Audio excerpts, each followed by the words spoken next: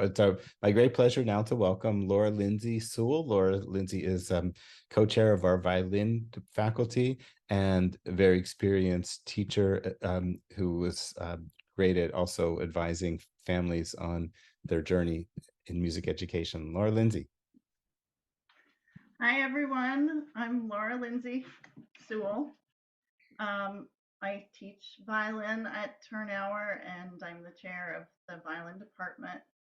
I've been a violin student from age 5, a Suzuki student, and I have raised 2 boys. So I've sat in your chair as well as the parent of a music student. And for better or for worse, both my boys are now in college studying music. So we'll see where that leads them. Just to tell you a little bit about our program and your role as parents and some tips for practicing. I don't know how many of you have heard of Suzuki, Shinichi Suzuki. He was born in Japan in the late 1800s to prominent samurai parents, which I thought was pretty interesting. But he founded a method of teaching that he called the mother tongue, with the way that small children learn their mother tongue with such ease. And he studied how they acquired that language and applied it to music. And I feel like the philosophies of his methods can be transferred to any instrument, any other method. It's a very beautiful philosophy that he had. So if you think about how your children learned to speak, you know, they started with very small chunks of words, probably first mama or dada or something like that, and you encouraged them, I'm sure. You didn't say, no, you've said the word mama, don't say that again, let's learn a new word. No, you got up in their face and you said, that's great, mama, mama, and you had them say it over and over. So the repetition and surrounding children with language and lots of positive encouragement is what helps them acquire their language. And Suzuki used these things in his method to teach children how to play the violin. So he also felt very strongly that teaching children in this very nurturing way, that we would grow musicians, but we would also positively affect the hearts and minds of children and grow them into noble and kind human beings who could change the world for the better. It's a very beautiful philosophy. So that's who Suzuki is. One thing we talk about in the Suzuki method is the student parent teacher triangle. And that is the special relationship between the parent, the teacher, and the student. So you have, if you could envision an equilateral triangle, you have, uh-oh, what just happened?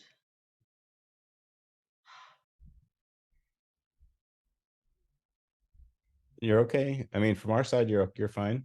Oh, I can't see anything and everything just kind of shut down on my Well, computer. we can see you. You can? We I can Oh, hear wait. you too. We can Okay. hear you. I got it back. I don't know what happened. Okay. So the triangle. So you have the base of the triangle with the parent at one corner, the teacher at one corner, and they're supporting the student on top. And that relationship is extremely important. The parent and the teacher need to present a unified front. It's very important to communicate with your teacher, tell them if there are any learning disabilities or if There are things going on that affect the child's learning. You know, if the child's going through a difficult period at school, all these things are important for us to know as teachers because they affect how your child learns and how they feel. So keeping that open communication is very important. Um, and that brings us to the role of the parent. And if you have small children who are starting music lessons, your role is very big. It's a big responsibility and it's hard, but it's well worth it. One thing to really keep in mind, especially if you have a young child starting a string instrument, I feel like that's maybe the hardest, is that the degree of your child's success depends largely on the degree of your involvement in all of their musical education. So you need to be there for the lessons, for the group lessons. You need to really surround your child with a positive music environment and shut down the devices, give your child your full attention. And to set your child up for a successful lesson is part of your role. I know, like with my youngest son, he could be kind of testy in lessons. And if I felt like he needed to get energy out, we would race to the lesson. If he was hungry, I would give him a snack. I would play the Suzuki CD in the car on the way to the lesson, so it was in his ear before we started. So give them, meet their basic needs before the lesson. If they need to go to the bathroom, take them to the bathroom, give them a snack. Talk on the way to the lesson about what the goals are for the week, what they need to focus on, and smile. Make it a positive experience. During the lesson, your job is to be supportive and positive and give your undivided attention. If you watch and listen attentively, then your child will be much more likely to do that as well.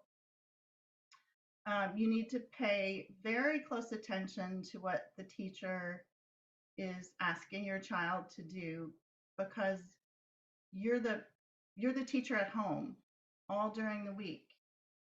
You're practicing with your child.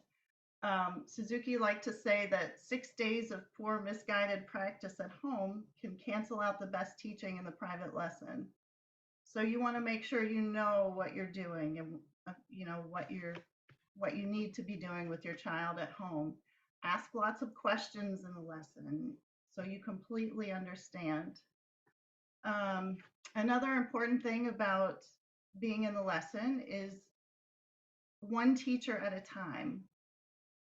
Try not to interject or interrupt the teacher or give your child instructions because it takes the child's focus away from the teacher and the lesson, and it becomes diluted. Their focus becomes diluted. And it confuses them too. They don't know which person to listen to. So really, it's the teacher that they need to focus on in the lesson. If there's a delicate issue that you need to discuss with your teacher, it's better not to do it in front of the child. I know, I spend lots of time on the phone with parents of my students, and I know Mrs. Rothman does as well.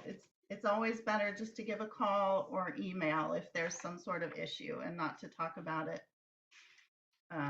in front of the child in the lesson. Your biggest job, though, is the practicing at home, being the teacher at home. And when you practice with your child, you want to make sure that you provide them with a quiet, organized space to practice every day and make sure that the instrument and any necessary supplies are there, the music stand or whatever. Make sure they're not hungry or thirsty, that they've been to the bathroom. I know my sons, both of them, would use that in a heartbeat to stall practice time. So you want to meet all of those needs before you start.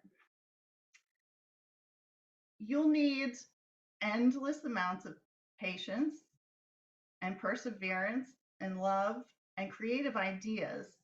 If you can approach each practice session as a challenge to your ingenuity and not as a chore that you need to get finished, things will be much better, more enjoyable for both of you. And it always helped me to take a few minutes before I practiced with my kids and just mentally get there, calm down, don't be in a rush, think beforehand, what's something positive that we can start the practice with. Sometimes with my younger son, we would start with making up songs because he liked to do that. So we would start the practice with that. And then he would be in a good mood. And then we would go down the practice chart and do everything else. But if you approach it as something that's fun and not a chore, and if you can get creative with it, that helps immensely. And you want to establish an expectation of practicing and listening daily, like brushing your teeth. This is something our family does. We do it every day because every child resists, and you're going to meet with resistance.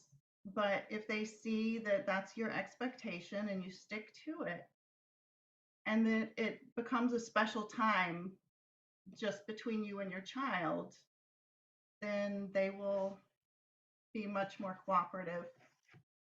Um, let's see. What else have I got here? So tips for practicing.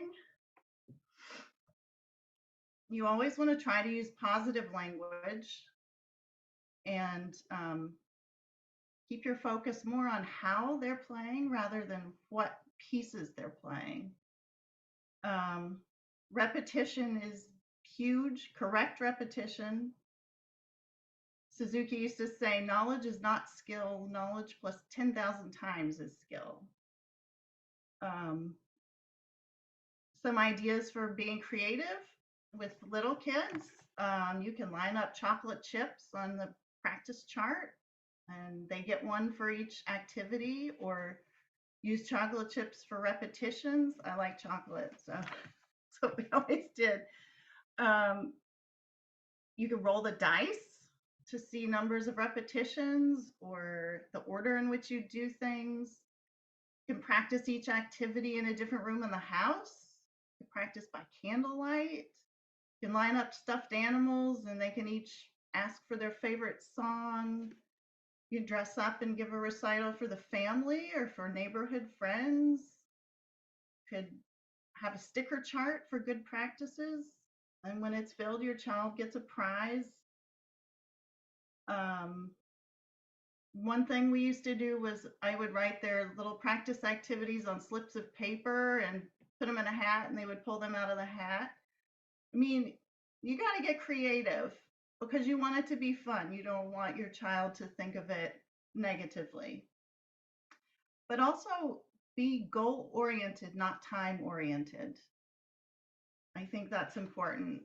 It's the quality, not the quantity of the practice.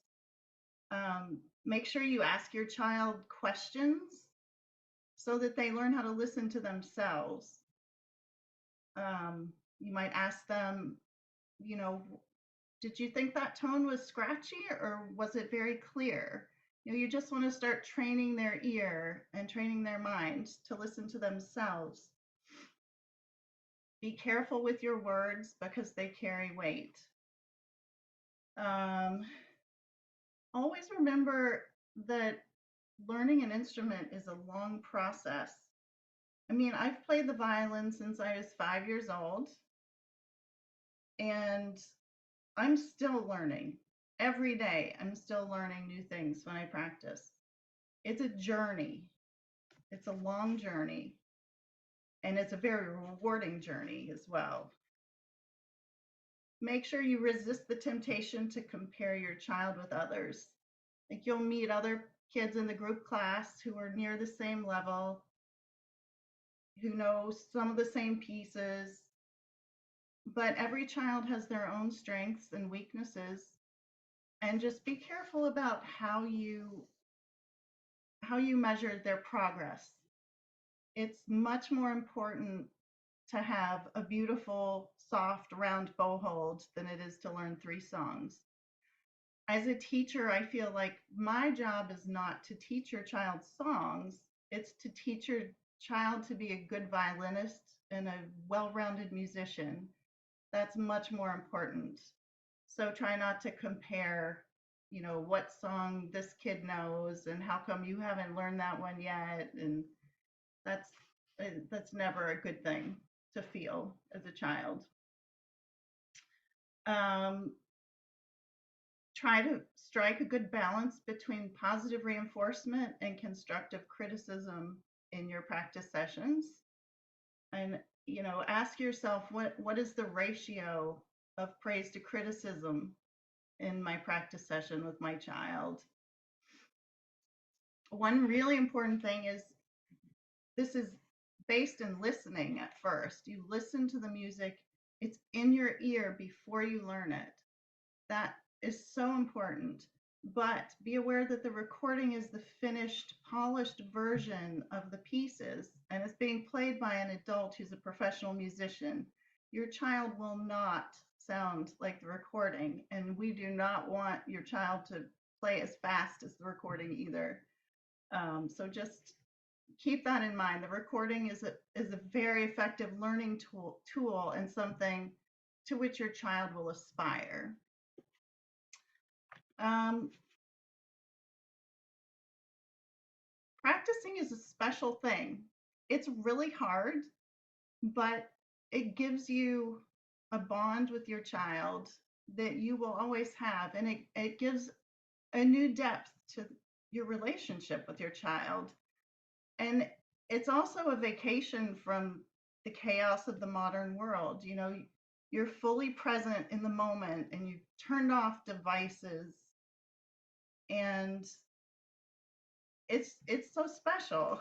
And even when they're teenagers, and I know full well, they'll roll their eyes and shrug and say they don't want you or don't need you there, but your presence there, even if you bite your lip and sit on your hands, just being there and encouraging them is something they will remember eventually. You're choosing to do something that's really hard every day, and it's not always going to go well. And sometimes it might be very discouraging, but the richness that it adds to your life and to your relationship with your child is really beyond measure. So many people don't end up pushing past the early stages where everything feels hard and they let their children quit. And I really encourage you to push past. One of my early violin teachers, Craig Timmerman, I just have a little quote from him. He said it was about practicing. The practice period is not only for our child, it is our growth time too. It provides us an opportunity to practice our kindness, nobility, and humanity. It's when we practice using our observation powers and our love. To think of practice only as something to benefit the child is to lose half the worth of the ensemble. I was thinking about that today, and I was remembering some of the practice sessions with my own children. And I remembered one in particular with my son when he was about 7, I think, and now he's, what is he, 21. I would sit at the piano bench with him every day and practice. And he was learning to play a really simple lullaby, but he couldn't get the mood right. It was a little too peppy and it just wasn't right. And so he was also getting tired and grouchy. And I said, just put me to sleep. I'm going to sit here and you play and you put me to sleep. And he got really excited about trying to do that. And he started to play, and I got, my sleepy eyes, and I pretended I was getting sleepy, and I started to rock back and forth, and then, you know, I started to snore a little bit. And toward the end, I pretended to fall off the bench because he had put me to sleep, and I fell off the piano bench. And we laughed and laughed and laughed.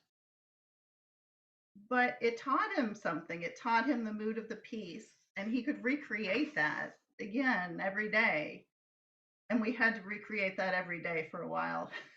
But um, I mean, I have so many wonderful memories of practicing with my children that they still bring up today. And of course, there's some really awful ones too that I will not tell you about.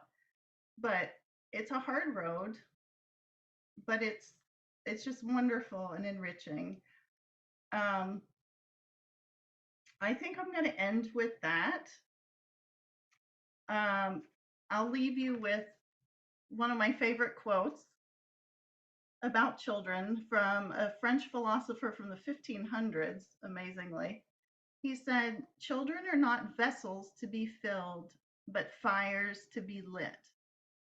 And as parents and teachers, I feel like that's our responsibility, to light that fire in each child.